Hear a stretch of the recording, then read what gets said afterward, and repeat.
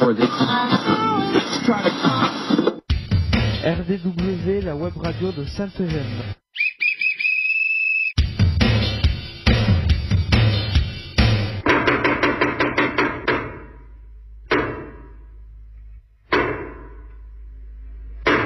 RDW, la web radio de Sainte-Gemme.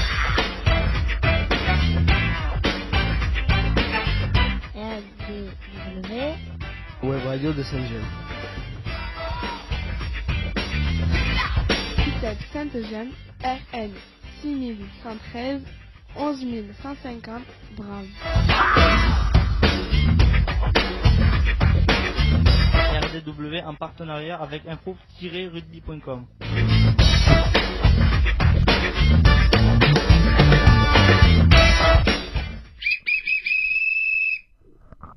Bonjour et bienvenue sur RDW, la web radio de Sainte-Gemme en partenariat avec notre hébergeur inforugby.com. RDW, la radio du web, est réalisée pour et avec des jeunes accueillis à l'ITEP à Sainte-Gemme. Nous ne diffusons que sur internet les vendredis de 10h30 à 11h en direct live. Et pour ceux qui vous voudraient nous entendre pendant le reste de la semaine, nous les invitons à consulter YouTube, de rechercher ITEP Sainte-Gemme. Les émissions précédentes sont à leur disposition. Comment écouter en direct l'émission? Tapez sur votre barre de recherche info-rugby.radioweb.co/livefeeds-1, choisir US Carca, appuyez sur Play. Et pour réécouter l'émission, allez sur YouTube, vous pouvez laisser des commentaires et vous abonner à notre chaîne ITEP Sainte-Gemme. Aujourd'hui, nous sommes deux animateurs pour réaliser cette émission, Luc Fuentes qui sera aux manettes et moi-même, Vanessa Tougne, psychologue à Sainte-Gemme. Avec nous, des journalistes en herbe avec qui nous allons vous présenter cette 21e émission. Mathias. Salut, salut. Dylan. Bonjour. Enzo. Salut. Florian. Bonjour. Rémi. Bonjour. Et notre invité, Julien. Bonjour. Avec info-rugby.com, c'est des matchs Pro D2, 15 de France, Top 14, Fédéral 1 en direct. RDW, la web radio de Sainte-Gemme. ITEP Sainte-Gemme, RN 6113, 11150, Bram. RDW en partenariat avec inforugby.com.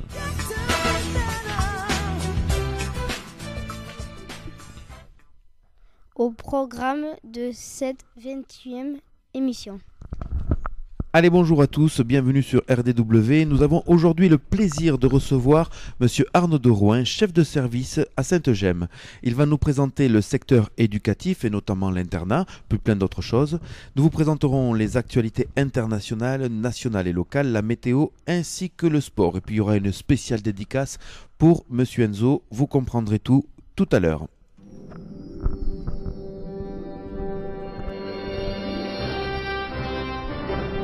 RDW, la radio de Sainte-Gemme.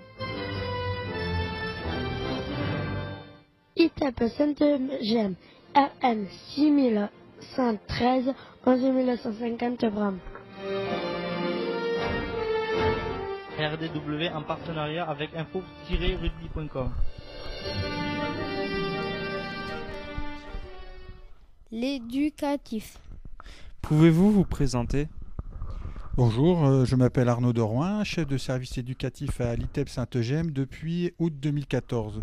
J'ai commencé mon parcours en tant que moniteur adjoint d'animation dans un IM Pro et ensuite j'ai travaillé dans des MEX et un centre éducatif fermé pour prendre ensuite en 2009 mon premier poste de chef de service éducatif dans un accueil d'urgence pour l'aide sociale à l'enfance. Monsieur Rémi, une question ?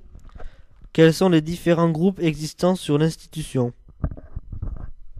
Alors, il y a 3 groupes éducatifs sur l'internat, 2 groupes horizontaux de garçons. Donc, horizontaux, c'est en fonction de l'âge.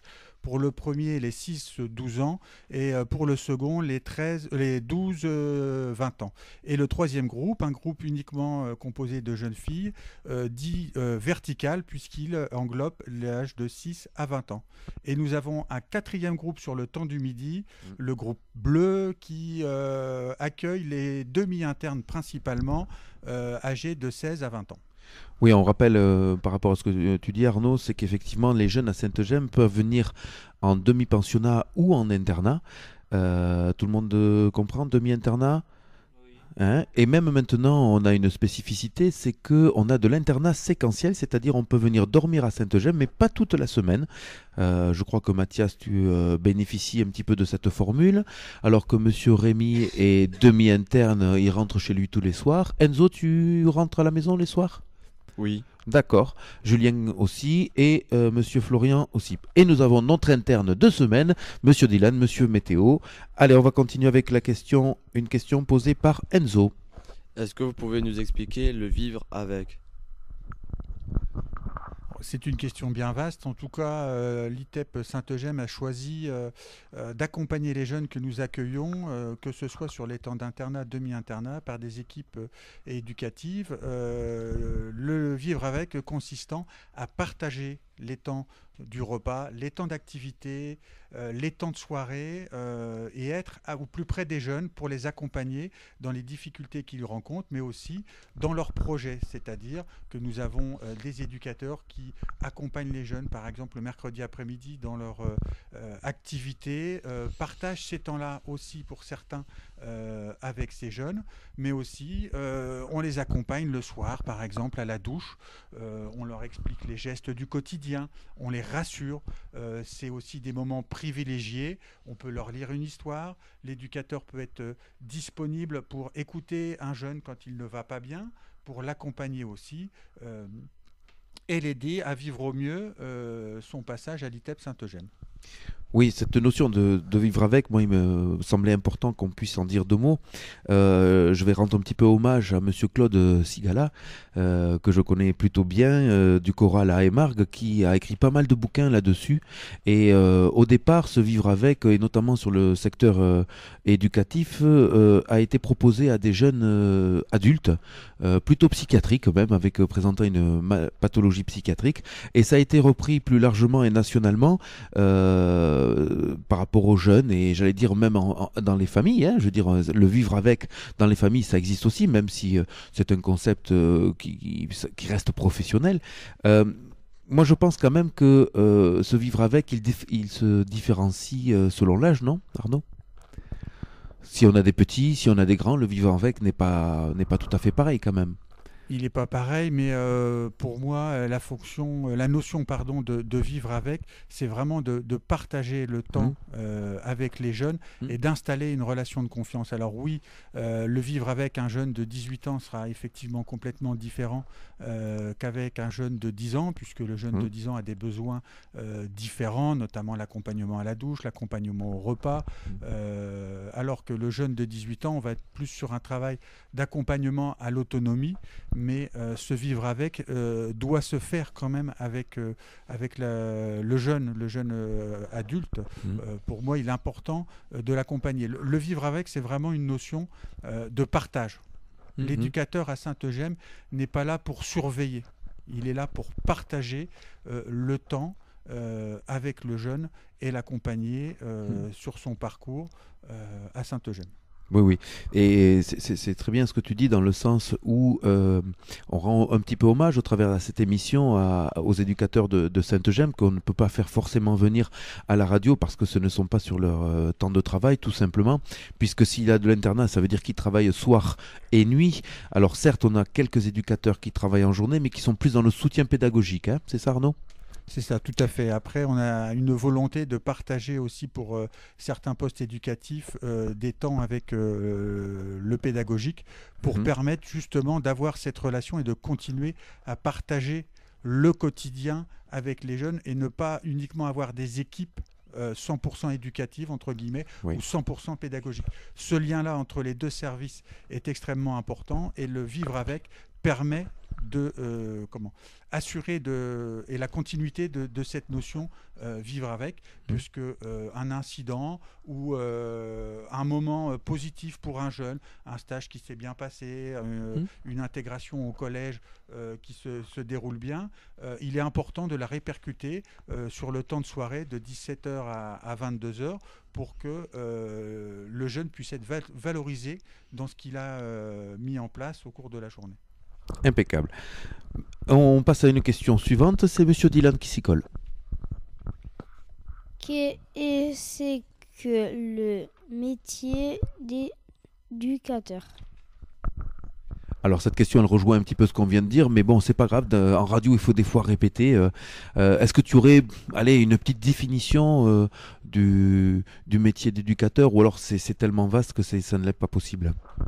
Alors, c'est pour moi assez difficile à définir puisque c'est un champ qui regroupe plusieurs secteurs.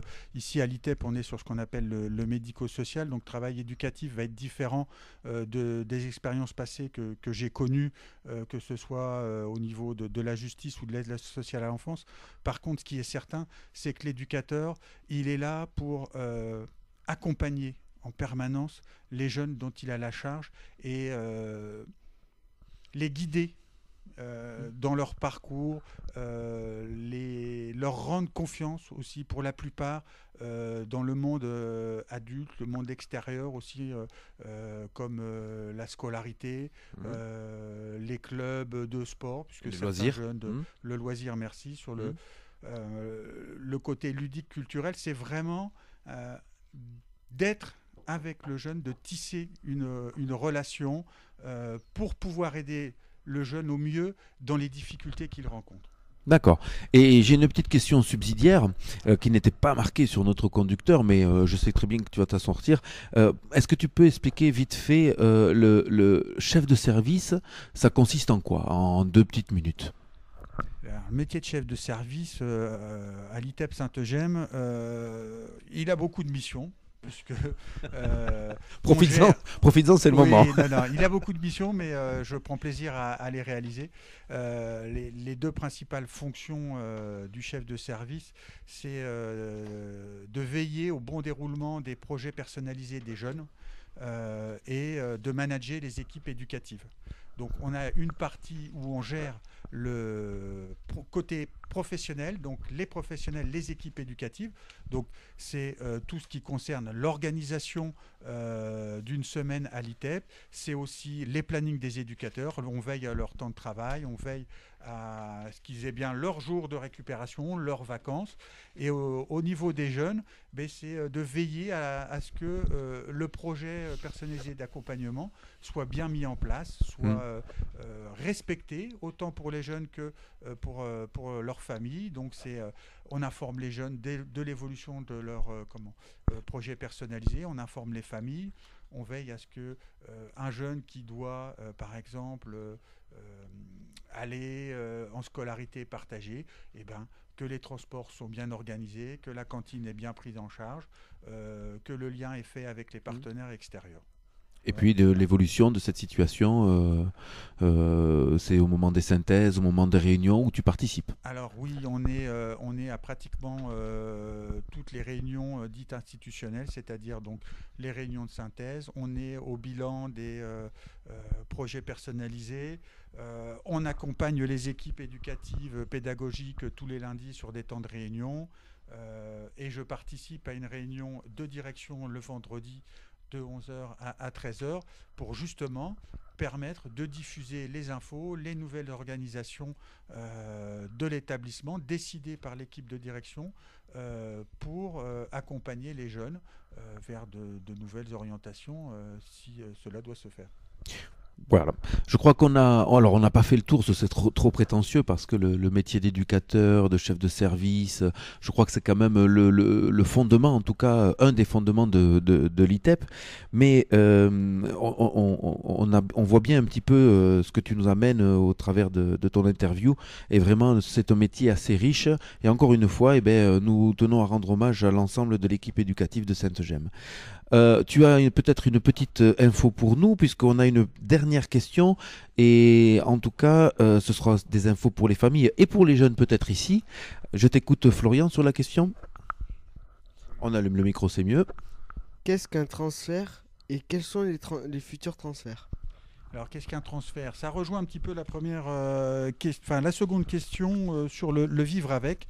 Un transfert consiste pour une équipe éducative à partir avec les jeunes dans un autre lieu que l'ITEP, sur l'extérieur, en mode entre guillemets vacances, mais avec pour nous des objectifs éducatifs, à savoir sur un transfert pour les plus grands, ça peut être savoir se repérer dans une ville nouvelle, utiliser le tramway, se repérer par un plan. Donc c'est vraiment avec un objectif éducatif, mais pour les jeunes, ça vient aussi clôturer une année scolaire et c'est aussi un temps de vacances. Donc pour les futurs transferts, on va avoir 4 transferts cette année. Le premier sur la dernière semaine de juin. Un transfert qui a lieu déjà depuis 3 ans facile. Beaucoup plus. Ouais. Ah oui. Oui, puisqu'il était déjà en place quand je suis arrivé, donc ça fait au moins 5 ans. C'est le transfert éco-citoyen mené par mesdames Laplace et Ferrier, accompagné souvent d'un personnel éducatif, parce qu'il est important pour nous d'avoir une personne du secteur éducatif. Donc ils vont au Kellar, dans l'Aveyron, et ça concerne 8 jeunes cette année. Donc je sais qu'ils font des balades avec des ânes, ils font une randonnée vélo, et puis il y a aussi la production de dessins, tout ceci lié autour de l'écologie. Ouais. Ensuite, on a 3 transferts, alors là vraiment éducatifs, menés par les équipes éducatives qui concernent les 3 groupes. Alors c'est vrai que tout à l'heure j'ai parlé de groupe transversal, de groupe horizontaux. Le groupe horizontal de 6-12 ans, c'est les plus petits, c'est le groupe des Rouges. Ce groupe-là partira à Latte, à côté de Montpellier, pour un transfert d'1 semaine autour de la mer. Après, je ne vais pas dévoiler le programme parce que pour certains, c'est une surprise. Ah là là. Le deuxième groupe horizontal, le groupe des grands, les 12-20 ans. Qu'on appelle les jaunes. Les jaunes, eux, partent à Mexico Loisirs. Dis donc. Alors, ils ne prennent pas l'avion, hein, je précise. Mexico Loisirs, c'est une base dans les Landes. D'accord. Ils partent pour 1 semaine aussi. Et eux, par contre, ils connaissent les activités. Ça, c'est bien ça. Canoë-kayak, paddle, visite de la dune du Pilat. Génial. Voilà, pour 1 semaine. Super. Et le dernier? Et le dernier groupe, c'est le groupe des Vertes. Oui, les filles. Avec 2 éducatrices, 5 jeunes filles, dont une demi-interne. Parce que c'est pas parce que les jeunes ne sont pas internes, qui ne peuvent pas partir en transfert. Ça concerne aussi le groupe des Rouges et le groupe des Jaunes, où on intègre des demi-internes sur les transferts. Et les jeunes filles, j'ai un trou de mémoire, mais il me semble qu'elles partent du côté de Montpellier aussi. Voilà. D'accord.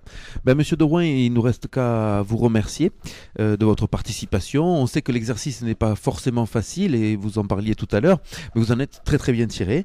Un petit reportage quand même qui me semble intéressant et qui vient confirmer un petit peu tout ce que vous nous avez présenté sur le métier d'éducateur spécialisé.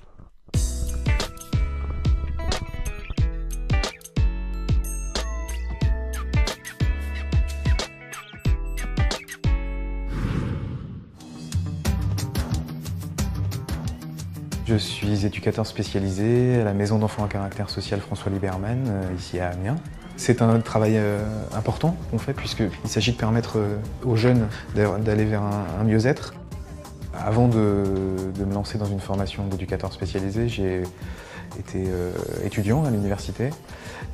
Du fait de ce parcours, de mes divers engagements, des expériences que j'ai pu y connaître, j'ai choisi de faire une formation d'éducateur spécialisé. Et quelques temps après l'obtention du diplôme, j'ai eu l'opportunité de rentrer à apprenti d'Auteuil à la maison François Liberman. Le métier d'éducateur spécialisé a plusieurs volets. Un des principaux, c'est l'accompagnement quotidien des jeunes, le travail dans le partage du quotidien, dans le faire avec les jeunes, à la fois autour des tâches quotidiennes, autour de ce qui concerne la vie du collectif en maison d'enfants, mais aussi des accompagnements un peu plus individuels autour de leurs projets personnalisés. C'est la pratique quotidienne du métier d'éducateur, qui a aussi d'autres volets qui sont aussi autour de la réflexion et de la conception autour de ce qu'on fait avec les jeunes, puisqu'il ne s'agit pas d'être uniquement dans l'agir quotidien, mais aussi d'avoir un petit peu de recul, de pouvoir en équipe travailler autour de ce qu'on propose aux jeunes, de quel accompagnement on met en place et de ce qui correspond le mieux à leur situation. Dans tous les contextes, on travaille en partenariat avec l'aide sociale à l'enfance, dans un premier lieu, et la justice des mineurs.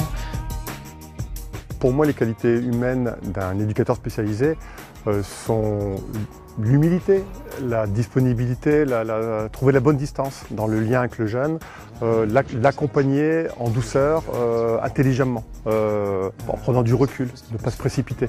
Le travail est long, l'éducateur spécialisé le sait, donc il doit être disponible en effet autour de l'équipe pour un accompagnement de qualité. Le travail que j'ai pu être amené à exercer en tant qu'éducateur spécialisé à Apprenti d'Auteuil m'a permis une implication dans le travail autour du projet d'établissement, dans cette dynamique de l'établissement ces derniers temps, m'a donné des opportunités particulières, l'opportunité de participer à un échange international et à une formation qui sont aussi autant de choses qui nourrissent la pratique d'un éducateur dans le quotidien. C'est un métier où il faut avoir certaines valeurs, des valeurs humaines, des valeurs de partage, des valeurs d'empathie, des valeurs d'honnêteté pour travailler auprès des jeunes. Oui, c'est un beau métier.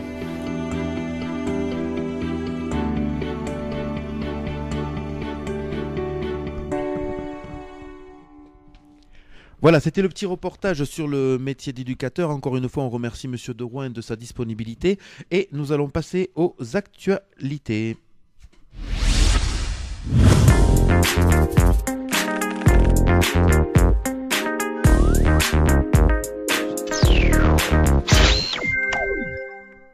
Allez, on va essayer de se dépêcher un peu parce qu'on a pris pas mal de temps. Information internationale par Monsieur Enzo, la première. Le chef de la diplomatie russe a rencontré ce jeudi pour la première fois à Pyongyang le dirigeant nord-coréen qui a invité à se rendre en Russie. Puis en Serbie par Monsieur Rémi. La bisonne blanche du Sanka est née lundi aux eaux de Belgrade, capitale de la Serbie. Elle doit sa couleur au gène de son père, Jonan, un bison blanc importé d'Amérique en 2007. Le bison blanc est un phénomène rare. C'est la première naissance en Europe. Merci Monsieur Rémi. On passe à un petit point météo. De violents orages se sont abattus un peu partout en France avec des déluges de grêle. On a pu voir des grêlons de la taille d'une clémentine par endroit selon les témoins. On continue par un second point météo. Les orages ont causé des victimes en raison de la foudre. Allez, on passe aux informations locales. Nous reviendrons sur la météo avec Dylan tout à l'heure. À Sigean, Enzo. Depuis 5 mois, les travaux de la future volière de la réserve africaine se poursuivent pour améliorer le cadre de vie pour des oiseaux du parc d'un investissement important, plus de 3 millions d'euros. 3 millions d'euros, c'est effectivement un investissement important. Et une autre actualité sur Bram. Le pôle santé sorti de terre en 2016 est bientôt terminé. Il se situe à l'est de la ville, près de la voie romaine. Différents professionnels de la santé s'y installeront, infirmiers, opticiens, etc. On passe maintenant à 2 manifestations culturelles. Tout d'abord, le Carcassonne Cyclisme. Carcassonne Cyclisme célèbre la fête du Tour en attendant. Le 22 juillet, samedi 2 juin, diverses animations sont proposées. Voilà, ainsi qu'à Carcassonne. 3e édition du festival Carnet de voyage est programmée les 8, 9 et 10 juin. Voilà, c'était donc les actualités. Nous allons passer à la météo.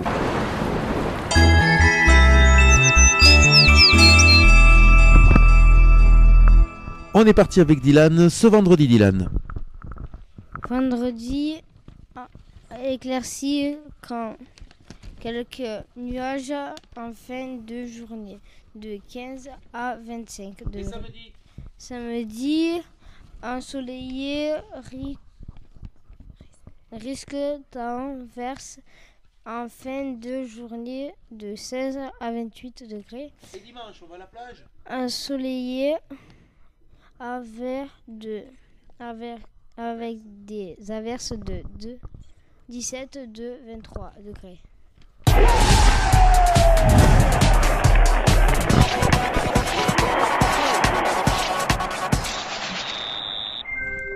Un petit point sur le sport. Le top 14. La finale entre Montpellier et Castres se jouera samedi soir au Stade de France.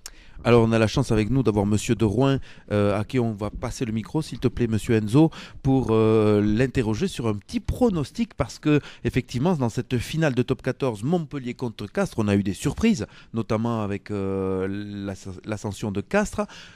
Qu'est-ce que tu dirais toi Arnaud là-dessus sur cette finale? Qui tu vois vainqueur et combien? Alors pour moi, je vois Castres Olympique vainqueur 19-17. 19-17, Montpellier n'a pas ses chances. Ah, c'est pas que Montpellier n'a pas ses chances, mais je vais être chauvin. J'aime pas trop l'équipe de Montpellier et leur jeu, quoique celui de Castres peut leur ressembler, mais je préfère Castres, tout simplement. D'accord. Une autre petite info sur les U20, puisque vient de débuter la Coupe du Monde en rugby des U20. Cela se passe entre Perpignan, Narbonne et Béziers. Je vous conseille d'aller voir ces quelques matchs. En plus, les billets ne sont pas très très chers. Et puis, c'est les futurs joueurs de l'équipe de France. En tout cas, il y a les All Blacks, il y a l'Australie. Enfin, il y a du beau monde. Je vous conseille, sachant que la finale est le 17 juin. On en reparlera la semaine prochaine. On passe cette fois à la Coupe du Monde de foot. Coupe du Monde du foot, elle débutera mi-juin et pour ces événements à Sainte-Gemme permettra aux jeunes de voir les matchs. Allez, et à ce propos, nous avons une fiche que nous a préparée M. Davidson suite à cette Coupe du Monde, quelqu'un qu'il voulait mettre à l'honneur. Il s'agit de Paul Pogba. Nous allons faire le portrait du joueur. À toi, Flo. Quand est-il né? Où? Il est né le 15 mars 1993 à Lagny-sur-Marne, en Seine-et-Marne. Quelle est son origine? Ses parents sont guinéens, Guinée. En quelle année intègre-t-il l'équipe de France? Il intègre l'équipe de France en 2013 à l'âge de 20 ans. Dans quel club a-t-il joué et quel est son parcours sportif? Il intègre le centre de formation de Manchester United en 2009, avant de rejoindre le Havre AC. Il intègre ensuite Manchester United en 2011-2012, la Juventus en 2012-2013. Il rejoint l'équipe de France en 2014, puis il continuera de jouer également à Juventus en 2015-2016. En 2016, il rejoint Manchester United. Où joue-t-il actuellement? Actuellement, il joue à Manchester et en équipe de France. Quel championnat ou titre a-t-il remporté avec son équipe? Il a été sélectionné pour la Coupe du Monde U20 et a été reconnu meilleur joueur de cette Coupe du Monde U20. Il a été sélectionné 2 fois Ballon d'Or en 2014 et 2015. Il a été reconnu meilleur passeur Serie A en 2016. Il a remporté avec son équipe de la Juventus la Coupe d'Italie en 2015 et 2016. Avec son équipe de la Juventus, il perd la finale de la Ligue des Champions face au FC Barcelone. Merci à Madame Fink et à Davidson de nous avoir préparé l'intégralité de ce travail informatif. Avec info-rugby.com, c'est des matchs Pro D2, 15 de France, Top 14, Fédéral 1 en direct. Ainsi s'achève ce 21e numéro sur RDW. On espère que vous avez pris autant de plaisir à nous écouter qu'à nous avez réalisé cette émission. N'hésitez pas à faire découvrir notre émission, parlez-en à vos amis, à votre entourage. On se retrouve pour une nouvelle émission le vendredi 8 juin 2018. Comment écouter l'émission? Tapez sur votre barre de recherche info-rugby.radioweb.co/livefeeds-1, choisir USKRK, appuyez sur Play. Comment réécouter l'émission ou l'écouter en différé? Allez sur YouTube, tapez ITEP Sainte-Gemme et vous pourrez écouter ou réécouter nos émissions. N'hésitez pas à laisser vos commentaires et laisser vos pouces bleus. Et vous pouvez aussi vous abonner à notre chaîne. Alors, on ne pouvait pas terminer cette émission sans parler un petit peu à Enzo, car il a une actualité très riche dans sa vie. Est-ce que tu peux nous expliquer, Enzo, ce que tu as fait dernièrement? Dernièrement, je suis allé à Cul-de-Sac sur Aude pour travailler, pour faire mon premier stage à l'ESAT de Cul-de-Sac. Ouais. En restauration et cuisine. Oui. Et comment ça s'est passé? Du coup, ça s'est très bien passé. Du coup, c'était positif. Et après, le patron, on Ouais. s'est vu avec Avec le directeur et vous avez fait un bilan. le patron de cuisine Oui. et ceux de Sainte-Gemme. Du coup, c'était positif. Du coup, si je travaille bien, qui vont arriver les 3 semaines qui vont arriver, Oui. du coup, je serai peut-être embauché et travailler là-bas. Eh bien écoute, on te souhaite tout ça, plein de bonheur et tout. Et on ne t'aura pas à la radio, mais c'est pour la bonne cause, puisque tu seras en stage à l'ESAT pour préparer ton avenir.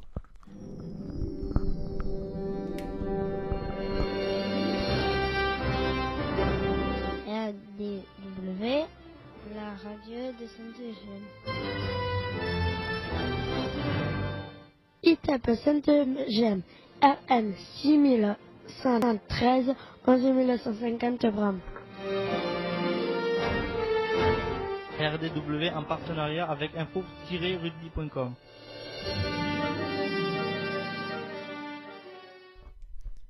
Et nous vous retrouverons la semaine prochaine, vendredi à 10h30 sur info-rugby.com pour de nouveaux reportages et interviews.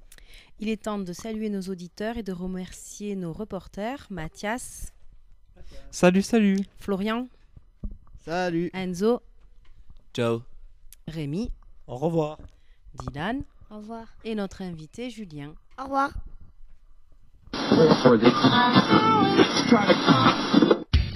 RDW, la web radio de Sainte-Gemme.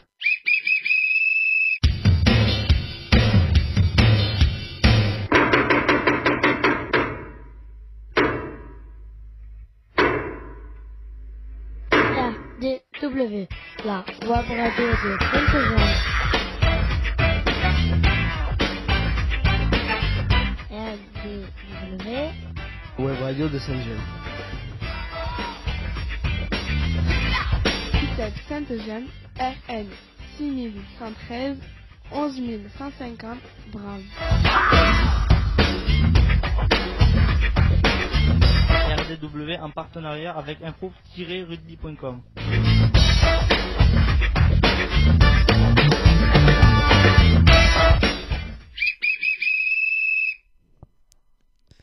Et maintenant, silence radio.